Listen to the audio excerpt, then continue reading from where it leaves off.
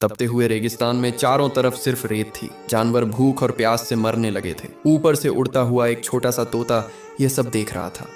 उसका दिल भर आया। वह बहुत दूर गया और पपीते का एक नन्हा पौधा लेकर आया। जलती रेत में पौधा लगाया और रोज चोंच में पानी भरकर सींचता रहा। कुछ दिनों बाद वही पौधा हरा भरा पेड़ बन गया, जिस पर ढेर सारे पीले पपीते लगे थे। तोते ने पपीते तोड़कर सभी जानवरों को खिला दिया। जानवर फिर से खुश हो गए, लेकिन तोता रोने लगा क्योंकि किसी ने लाइक और सब्सक्राइब नहीं किया।